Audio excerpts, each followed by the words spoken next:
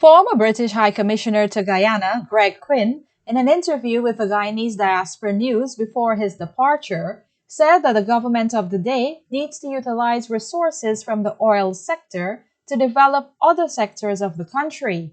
Well, I think there's an important point here about oil, which is that there are not going to be huge numbers of jobs in the oil sector itself. The oil sector is not going to be the huge provider of jobs.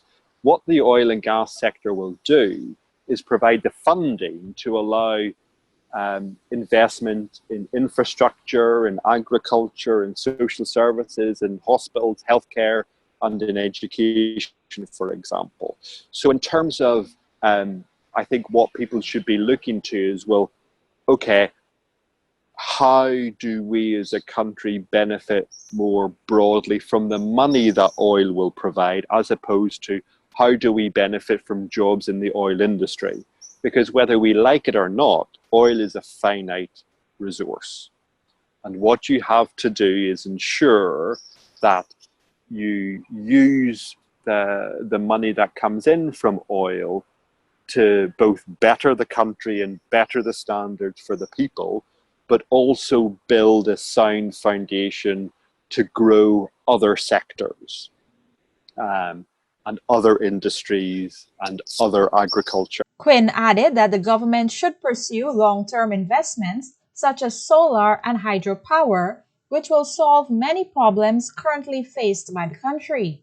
Guyana can start looking to, which is, okay, oil is not going to last forever. It's not going to provide large amounts of jobs, but it will provide us the ability to train up our people to be civil engineers, to do our own renewable energy, to put in place the hydro, to put in place the wind, to put in place solar, so we don't then end up, burning heavy diesel fuel oil or heavy fuel oil. So it's an opportunity, I think, to really jump the country and the people forward. Another aspect that the country should pursue is to begin looking at developing non-traditional sectors.